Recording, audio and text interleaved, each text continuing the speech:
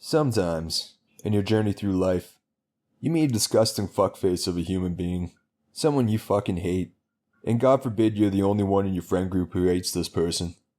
Because then you can come off as kind of an asshole. But if you're watching this video, I'm going to assume you're a good person, and right to hate the people you hate. But then there's the other kind of person you hate, the one that you and all your friends hate equally. And that person you hate will literally bring your friend group closer together. Anyways, please allow me to bring us all closer together. Closer together in the hatred of another human being. Please join me as I shit-talk Burke from the movie Aliens, because he's a total cock. Is there any word about my daughter? I really think we should worry about the hearing now. The actor Paul Reiser seems like a nice guy.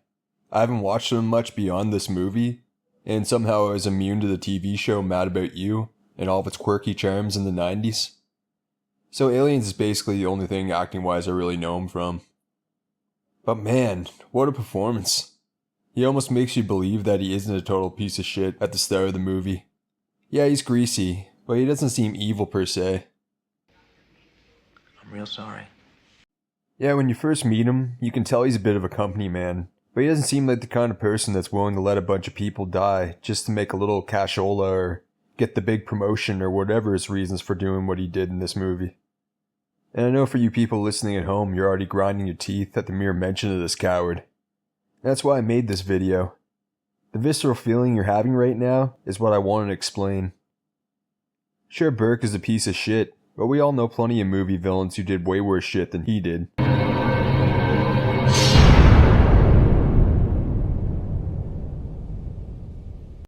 So why do we have this horrible reaction to Burke? Why do you hate him more than anyone else you can think of in movies? It's simple. It comes down to one thing. The true reason people really fucking hate Burke is the fact that everyone out there knows someone just like this guy. Yeah, sure, the person you know probably wouldn't let a bunch of people die in fucking outer space or whatever. But in that same situation, you could see them doing something sketchy, right? Essentially, Burke is the kid at school who knows he can't kick anyone's ass, but he provokes people bigger and stronger than him, and when they finally lose it and do something about it, he runs to the teacher and gets the quote-unquote bully in trouble. And you know he'd have a shit-eating grin on his face the whole time. He's a good man.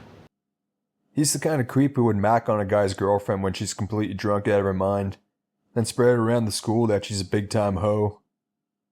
He's the kind of guy who could gaslight his own wife and make her believe that he's a faithful husband while having a full-blown affair behind her back. Like I said, you know someone like this. Whether it's a friend or a coworker, we all know this piece of shit. And that's why Burke is so disgusting to people who watch the movie Aliens. When people hate you more than they hate the fucking xenomorphs, you might be a fucking cock. But for all of his faults, the one thing I really can't forgive Burke for is convincing Ripley that she'd be safe on their journey in space, and that they were going to kill the xenomorphs and not capture any of them for study. Going in with the troops, I can guarantee your safety. These colonial marines are very tough hombres. They're packing state-of-the-art firepower. There's nothing they can't handle. He put her back in her worst nightmare and lied to her without hesitation. Honestly, it's not like they really even needed her out there. In the end, most of them died anyways. So basically, she had to go through all that just to barely save herself again.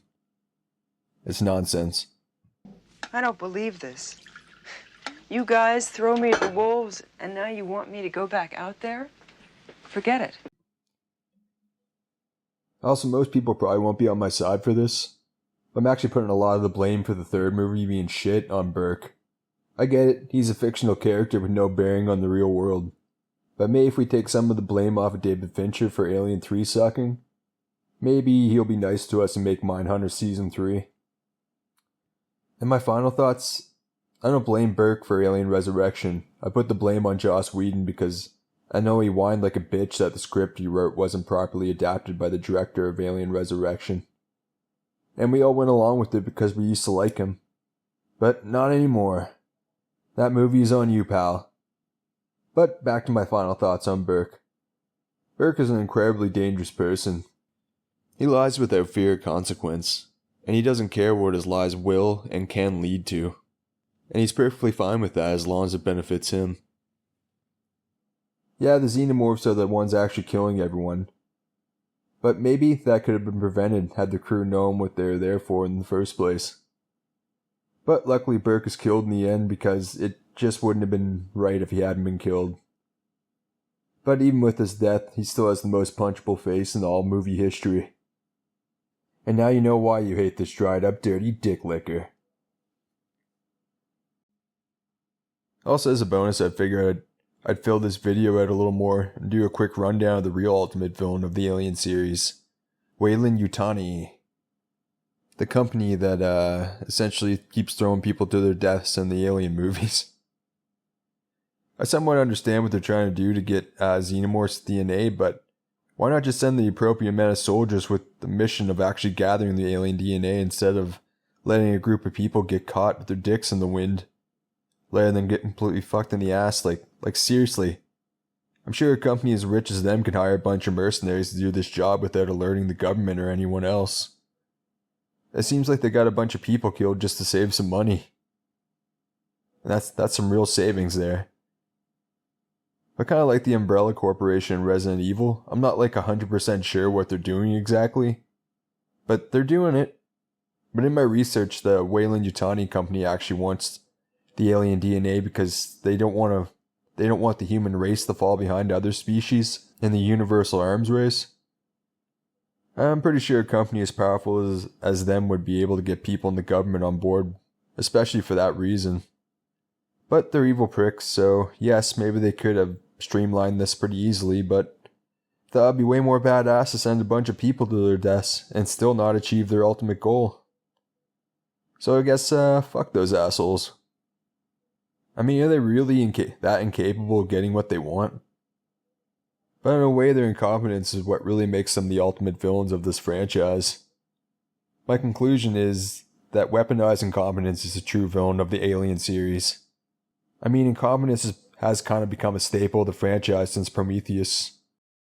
So my ultimate conclusion is incompetence is the true enemy of the Alien franchise. I guess just look up the behind the scenes drama of Alien 3 to see that I'm right about this. But that's it for this one. Please like, subscribe, and share, comment, send me money, and thank you.